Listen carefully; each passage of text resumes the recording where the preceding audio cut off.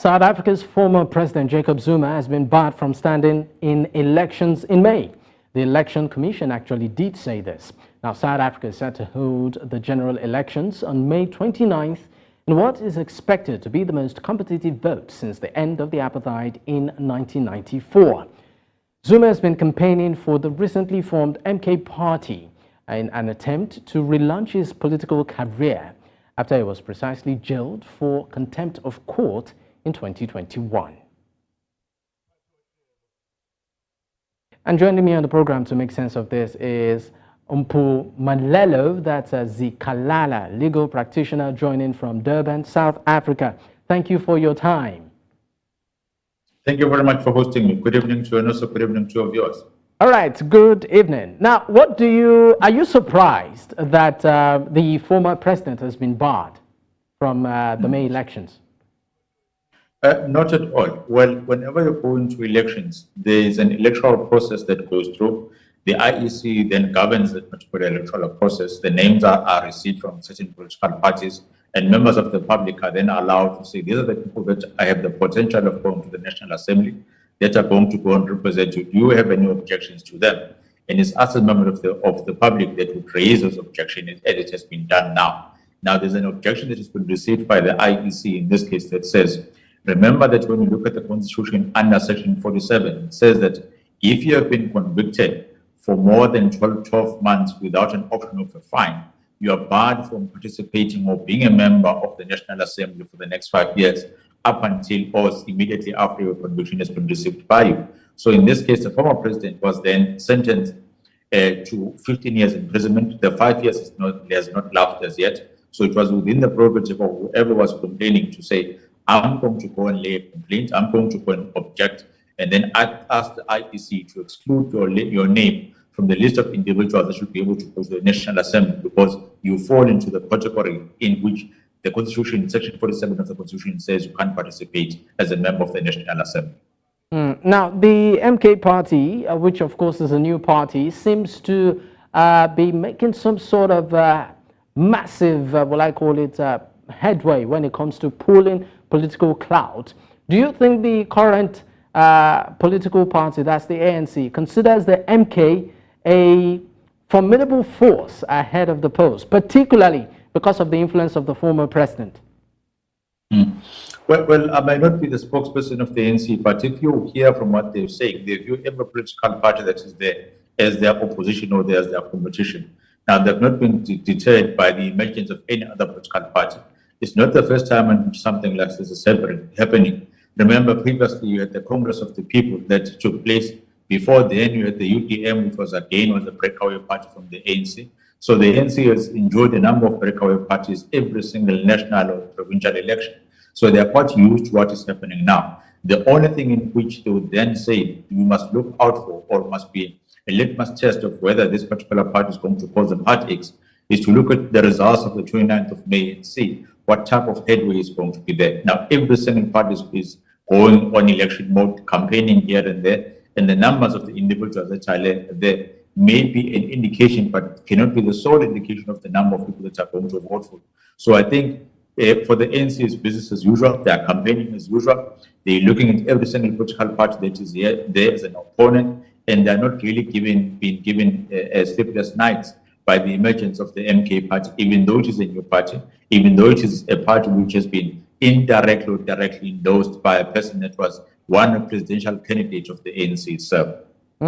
Now, the decision to actually, bar the former president can actually be appealed, before April 2nd. Now, even the speaker of the MK party actually did say that looking at the merit of the objection, they will, of course, appeal it. What are the chances that this particular ban can be lifted if appealed?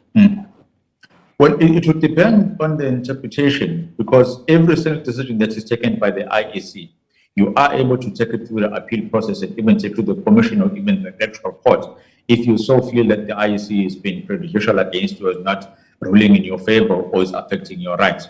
So if they come up with the argument of saying, let's look at the unique circumstances that are applicable here. You have someone that was sentenced to 12 to 15 months. Yes, we do agree. Served 2 months of those sentences. But the important part is that when it was time for him to go back to prison, then there was a remission of sentences that was signed by the president. What that means is that all the sentences that have been issued by the court are now reduced to a certain amount. In this case, it was 24 months, effectively taking away even the 15 months in which the former president was then sentenced in.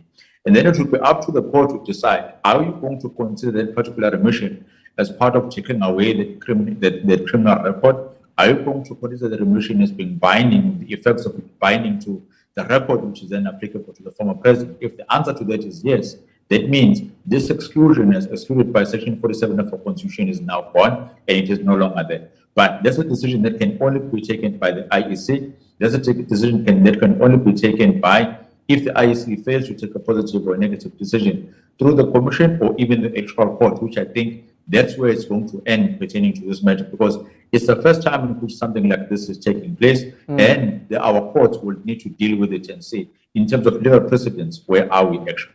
I mean, let's look at the person of the former President Jacob Zuma. I mean, was one-time president of South Africa, went to jail, came out, and recently has gained very much, a popularity, particularly in the political space, in spite of the many political travails he's been through. Why do you think that is? And why do you also think, he would like to run for the top job again, as the president of the country? What do you think he has to offer this time around? I think we cannot look at the attributes of the former president without looking at the ANC and the work which the ANC has done in order to uplift him. In fact, he was ascended to the highest office in the land through the work and the support of the ANC, and it was through the policies of the ANC which he was governing. So any popularity that is there, I would say 90% come from him being attributed or closely linked to the African National Congress and nobody else. And then 10% would be his charm, maybe in manner in which individuals see that he's able to do and deliver things. But what matters the most is that, you see, the elections are not won as to the number of people that come to a campaign rallies or the number of people that do motorcades. It is won by a number of people which are going to, on the day, go into the ballot box and put an X next to the party of that particular individual. And then individuals are also going to look at the manifesto of that party that they need to vote, because you need to know what you're binding yourself into for the next 5 years before you get into the ballot box.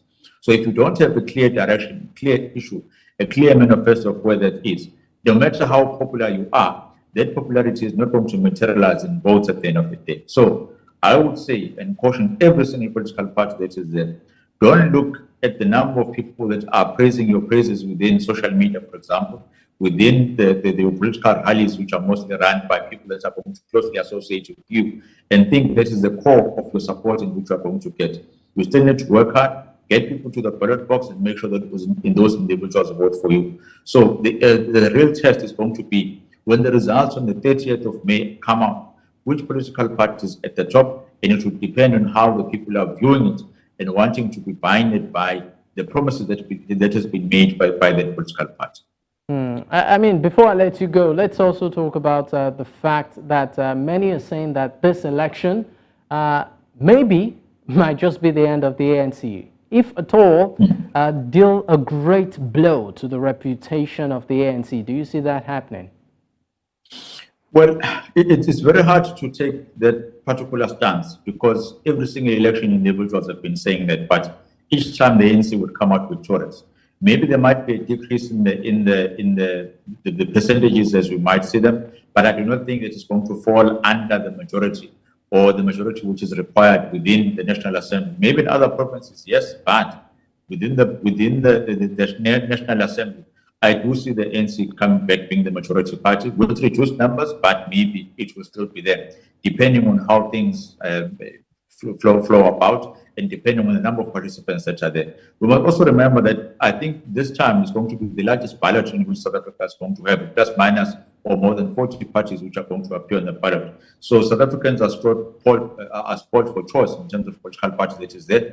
And sometimes individuals do go back and say, we are going to stick to the tried and tested. If you are going to then measure previous elections, then you must also look at the voter turnout, and that will be able to determine and tell you the real results of saying that are individuals or members of the public saying that you no longer trust the ANC, or are they saying we trust the ANC this much, you're going to go out and vote, and you're going to come back with the majority. All right. Thank you so much for your contribution on the program. Mpumelelo, Zikalala, legal practitioner from Durban, South Africa. Once again, thank you for your contribution. Thank you very much for hosting me. All right. And that's a wrap on today's show. It's important that we state that the opinions of our guests remains theirs and not that of News Central.